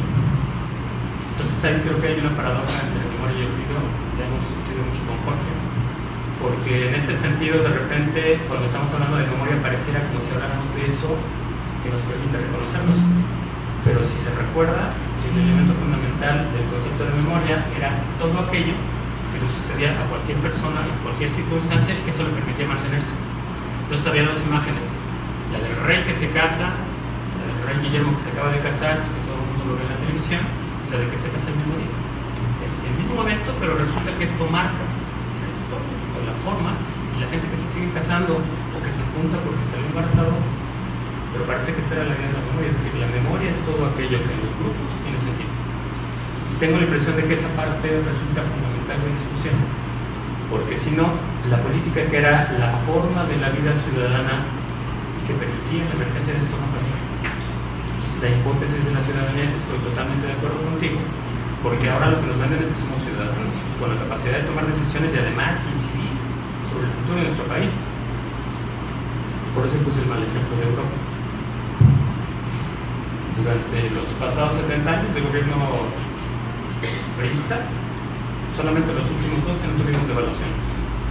Pero cada devaluación era para peor y para peor, y llegamos a ser millonarios. Teníamos monedas de millones de pesos para comprar un bolillo y simplemente le aumentaban ceros y no pasaba nada. Parece como si en 12 años hubiéramos olvidado que durante todo este trayecto nos pasó exactamente igual o peor que lo que le está pasando a los europeos. Y no lo pongo como ejemplo para contrastar, sino parece como si sociedades desarrolladas con capacidad de tener incidencia sobre su futuro de repente nos igualáramos pero hacia abajo, no hacia arriba. Y pensando en que programas sociales que son fundamentales para cualquier sociedad, de un plumazo los quitas. La capacidad de las mujeres para tomar decisiones, de un plumazo la quitas. O se discute de tal manera que solamente en nuestra ciudad se hace. Entonces, sí, estoy totalmente de acuerdo contigo y tengo esa impresión. Cuando estamos hablando de que ahora ya somos y tenemos la capacidad de decidir, es una mala buena. ¿Por qué? Lo peor que nos puede pasar es que para la siguiente elección regrese el partido que durante muchos años nos mantuvo en la economía política. Pero parece que los que entraron tampoco hicieron absolutamente nada y se están volviendo millonarios y son bastante más corruptos en 12 años. La pregunta es, ¿quién va a llegar? Y no para que pensemos que va a llegar el Mesías, sino que de repente en el sistema político y en la cultura política no está en discusión. Ni siquiera nos hemos indignado, ni nos hemos... nada, absolutamente nada. Entonces parecen rituales que supuestamente deberíamos de haber superado desde hace mucho tiempo y que se mantienen. Esa no es la memoria de la que estoy hablando, porque sé que estoy siendo tendencioso, ahí lo asumo. Y supongo que esta no es la posibilidad que las sociedades se merecen para tener un estilo de vida en donde memoria y estilo pertenezcan a la sociedad, con un fundamento que permite que todos y cada uno tengan una historia que es igual o mejor que la de cualquiera, o peor que la de cualquiera en función de esa posibilidad. Pero creo que esta idea romántica y democrática de la memoria es muy complicada.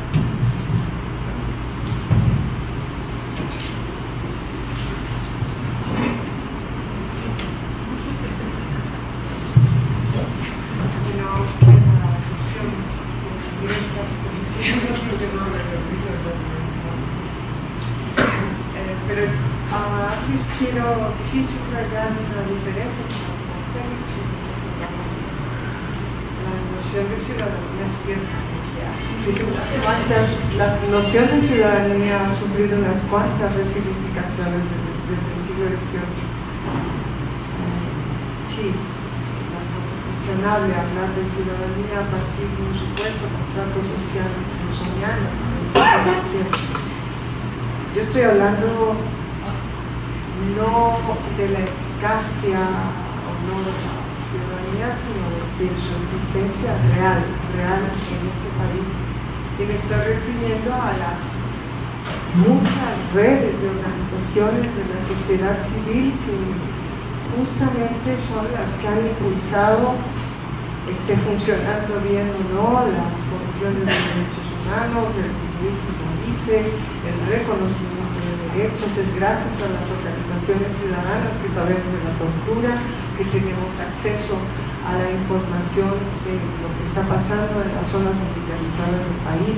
Son ellos los que se la juegan todos los días por denunciar, por sistematizar la información, por exigir rendición de cuentas, por defender los derechos humanos. No, señores, el concepto de ciudadanía está hoy más vivo que nunca, es más necesario que nunca, porque es justamente apelar a la posibilidad de la construcción del bien común, a detener los abusos del Estado. Es por la vía de esta participación ciudadana, no el ciudadano de la veneración a los símbolos patrios, no el ciudadano estatizado, sino la ciudadanía no estatal que toma su propia vida y sus derechos en sus manos, el curso, el reconocimiento de sus derechos en sus manos y no está esperando a que le sean otorgados. Es esa ciudadanía que se asume sujeto de derecho, se organiza y desde luego se le persigue, se le criminaliza, pero que asume su derecho a tomar la palabra y a actuar. Esa ciudadanía existe hoy. Segundo, en relación a la cuestión de la memoria, sí estoy de acuerdo con Félix, en que hay actos, y yo de eso estaba hablando, hay actos, hay prácticas que son memorantes más allá del propio relato biográfico de los sujetos. Yo lo que encuentro en el relato de estos chicos, sin que ellos lo sepan, justamente por eso mi ponencia se refiere a ecos, justamente lo que encuentro son los efectos de prácticas impulsadas por maestros en los años 20 en el Instituto Escuela de Barcelona, por ejemplo. Lo que hacen estos maestros y estas escuelas que forman a estos chicos que hoy no se asumen como ciudadanos, pero no se asumen como ciudadanos en el sentido de decir yo soy ciudadano, no, hacen cosas para la construcción de este bien común, generan, impulsan prácticas de autonomía entre otros jóvenes para resolver entre ellos y en posturas de corresponsabilidad las problemáticas de sus comunidades. Eso es ciudadanía activa, ciudadanía crítica.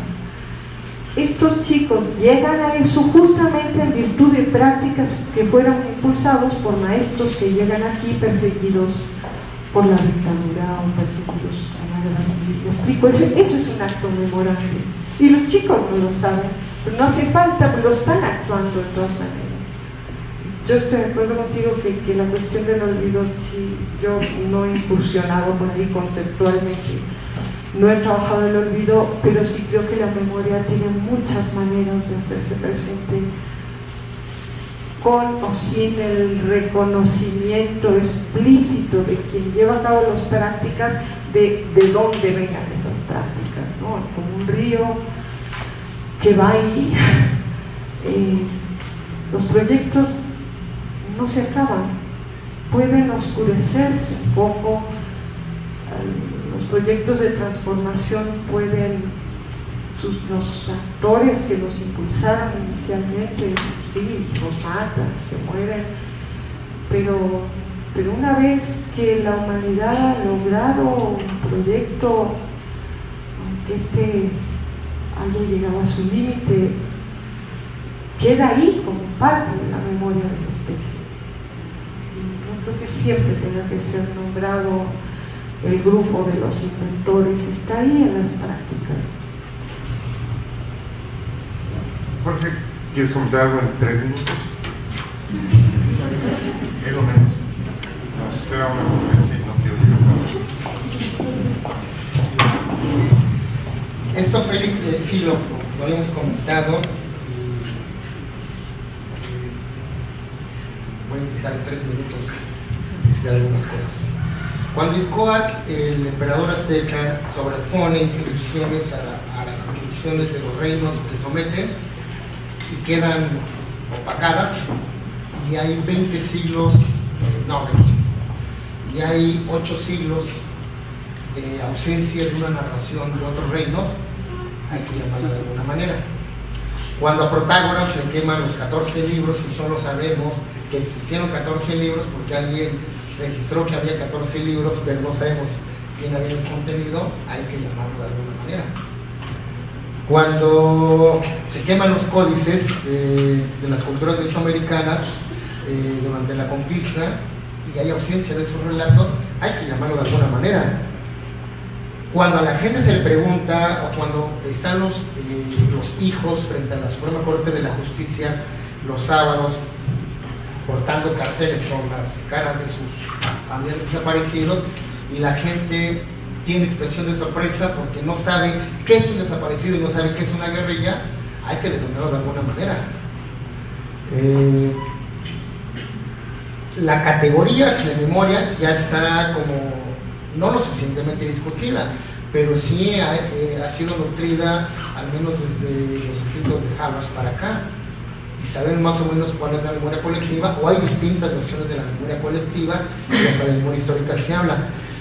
El problema con la categoría de olvido social es que no ha sido lo suficientemente trabajado, ni se ha llenado de un contenido que nos permita ver de una determinada manera, o tener un acuerdo ahí entre investigadores.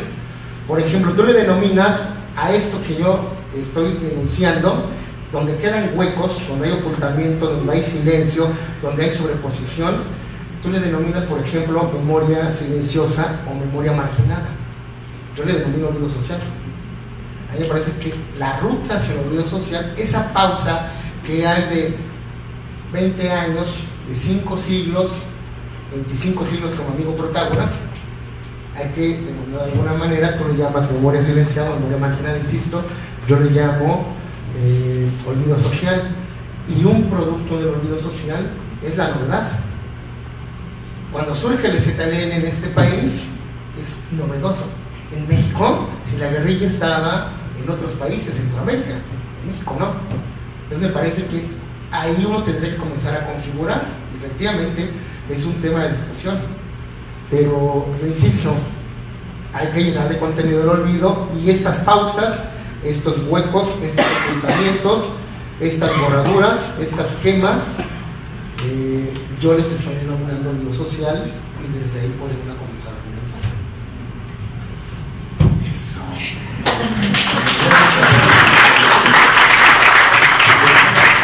Queda una discusión abierta, supongo que exactamente, que habrá espacio después para continuarla, pero de parte de los organizadores y de parte de la universidad se da unos regalos a los ponentes.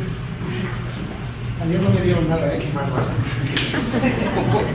Bueno, dejamos la mesa para ceder el espacio para Luzmila. Les agradecemos y les invitamos a la conferencia Caleidoscopio de Memorias, Políticas Públicas en torno al pasado reciente en Argentina. Pues enseguida continuamos. Formativas que fueron cruciales, como el hecho de que hayan participado en campañas de alfabetización en zonas rurales.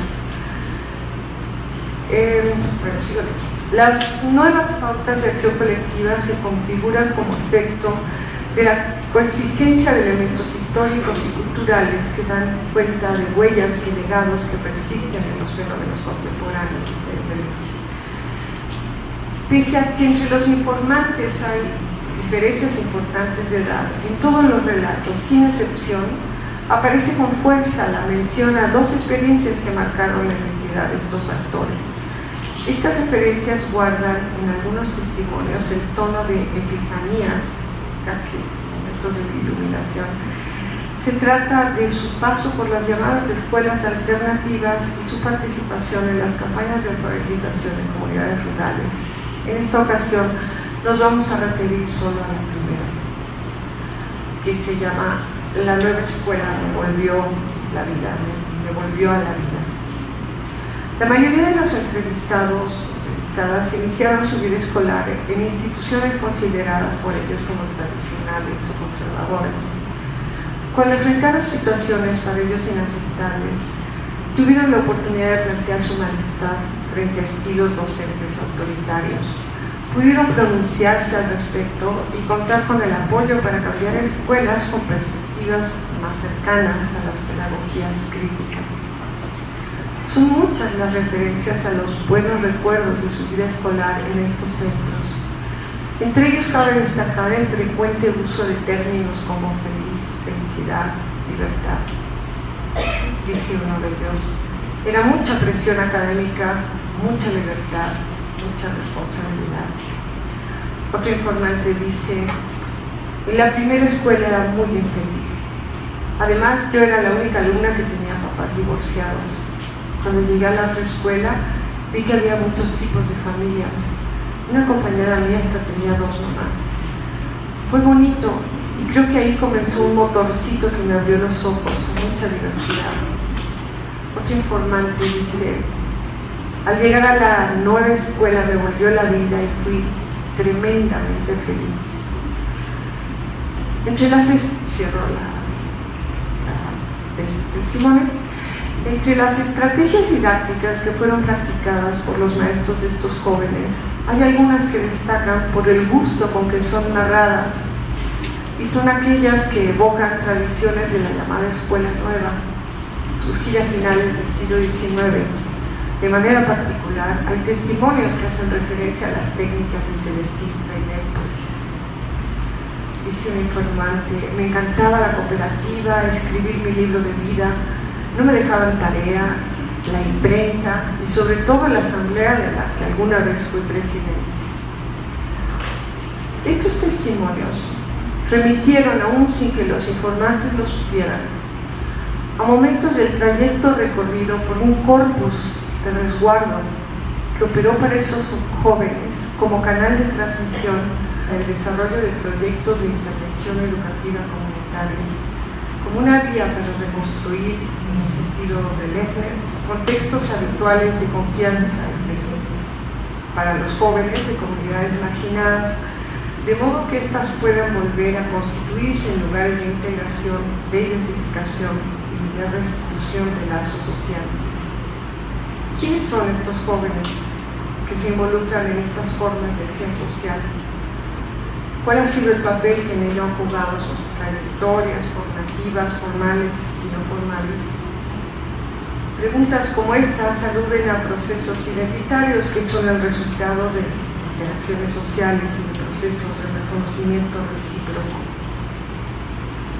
El propósito de este trabajo se enfoca en el establecimiento de líneas que permitan situar los factores que entran en juego para el involucramiento de estos nuevos actores sociales, a fin de analizar los sentidos y significados que atribuyen a su quehacer y con base en ello aportar reflexiones en torno a lo que las experiencias de acción social brindan a los jóvenes para su desarrollo, así como las implicaciones que ello representa para pensar de otra manera la formación de ciudadanos desde la escuela.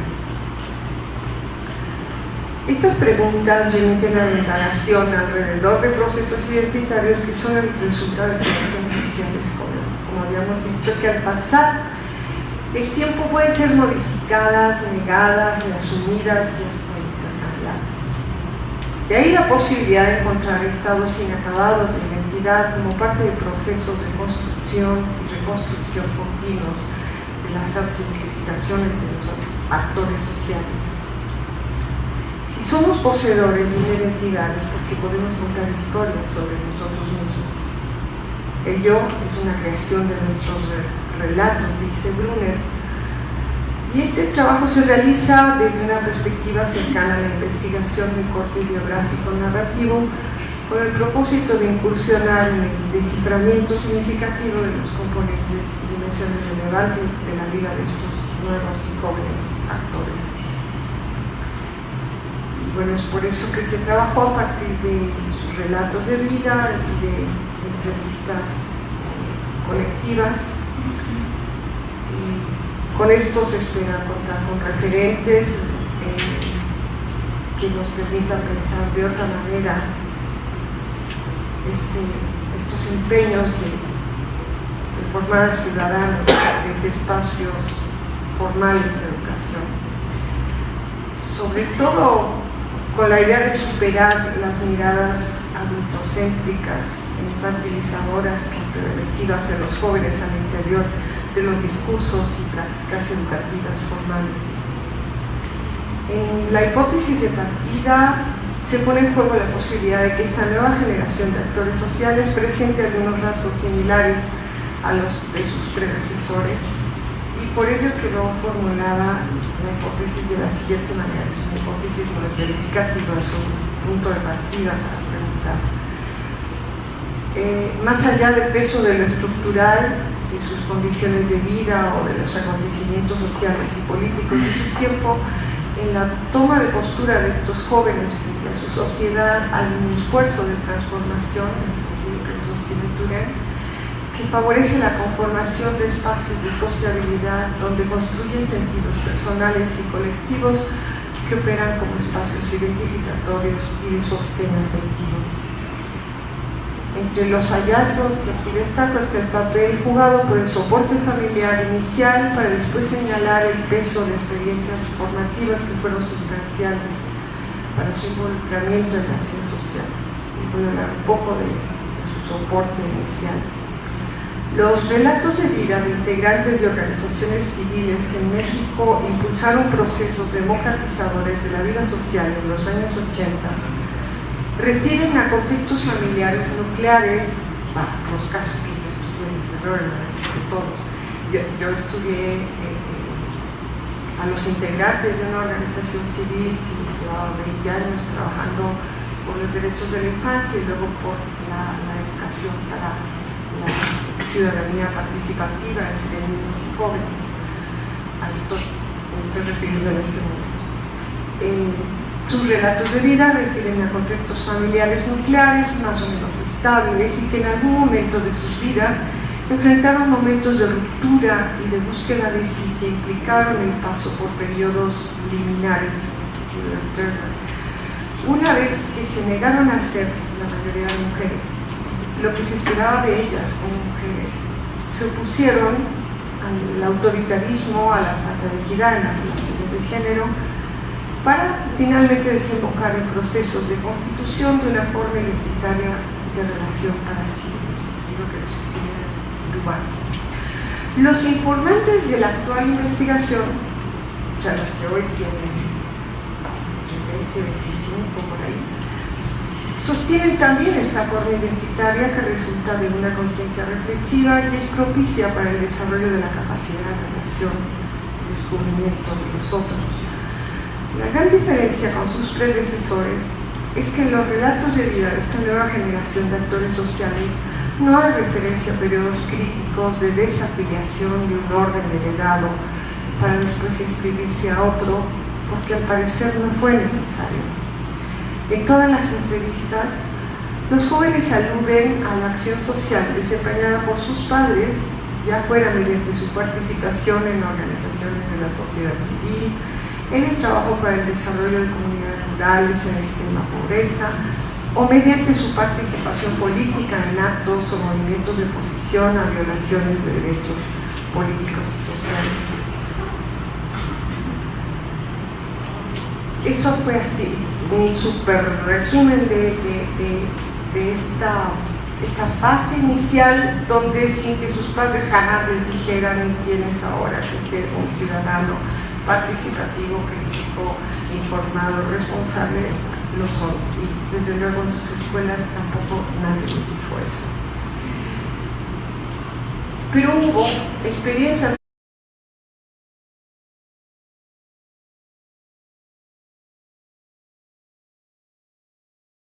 que es la penúltima actividad del evento. El tema es Memoria, Ciudadanía y Olvido. Y voy a pedirles a los presentadores que empecemos desde mi derecha y terminemos con Jorge a la izquierda. Les presento entonces el trabajo de Corina Fernández, que lleva por título Ecos de Sentidos Colectivos, trayectos identitarios de jóvenes actores de la acción social.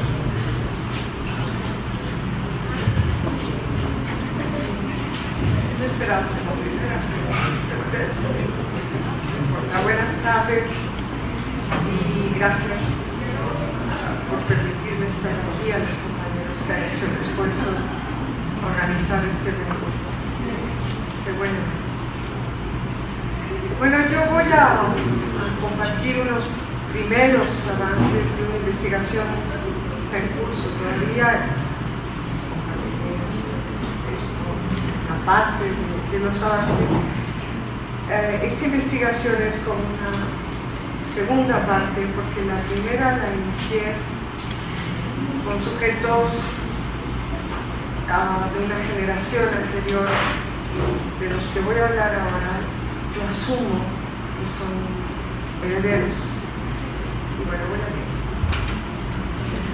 a lo largo de los 20 años que han transcurrido desde el llamado auge de las organizaciones civiles promotoras de desarrollo social en México, las redes de organizaciones que han impulsado proyectos democratizadores de la vida cotidiana han sido testigos, junto con el resto de la sociedad, de cambios y turbulencias políticas, sociales y económicas que han marcado tanto las estrategias como las aspiraciones y posibilidades de estos promotores de sentidos colectivos. Fueron los vientos de promesas democratizadoras que soplaron hacia el inicio del nuevo milenio los que en parte alentaron los esfuerzos de muchas organizaciones civiles por educar para la democracia como forma de vida, así como para la participación en la construcción del bien común. Hoy, esas promesas de fortalecimiento de una ciudadanía crítica y participativa han ido perdiendo sustento para dar paso a no pocos desencantos, por no decir algo más fuerte. Por otra parte, y en apariencia de manera paradójica, también a lo largo de estos años se han incorporado a este empeño nuevos actores portadores de referentes de una siguiente generación. A pesar de la precariedad que hoy enfrenta este sector de la sociedad civil, que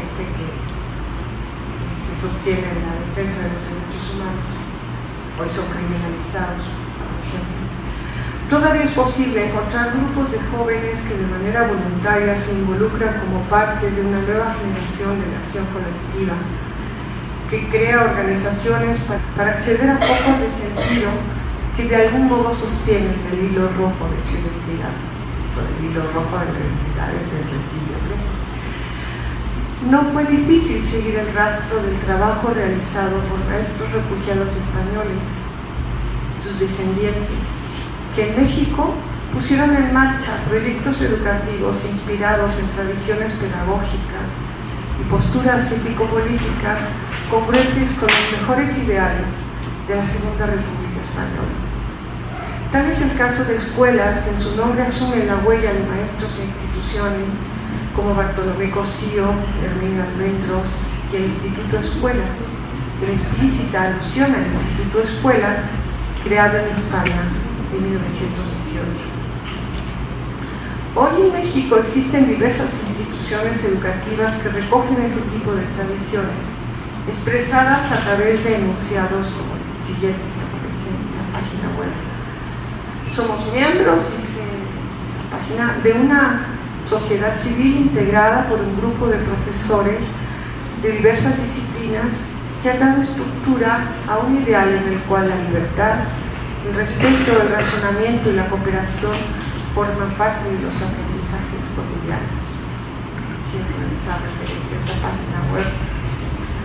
A estos cuerpos docentes, depositarios de creencias, valores y destrezas pedagógicas, se sumaron hacia los años 80 los memorantes de otro linaje colectivo de recreación que se nutre de las exigencias éticas y las experiencias educativas desplegadas en varios países de América Latina como efecto de la acción social de la teología de la liberación y de las prácticas de la llamada educación popular.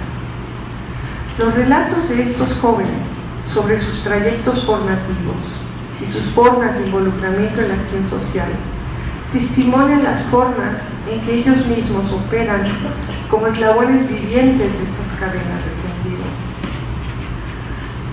Desde una perspectiva intergeneracional, ello da cuenta de que esta vía de acceso a comunidades de sentido no implica ni repetición ni continuidad, pues como bien señala Pontel, lo que se disemina siempre será distinto a lo heredado. La repetición, al no poder nunca repetirse, está condenada a producir lo nuevo, es decir, el acontecimiento del otro. Es así que aunque esta nueva generación de actores sociales da acuse de recibo al compartir con sus predecesores parte de sus aspiraciones y estilos de trabajo, también testimonian los signos de su propio tiempo y en su búsqueda inauguran nuevas formas de entenderse a sí mismos y de actuar.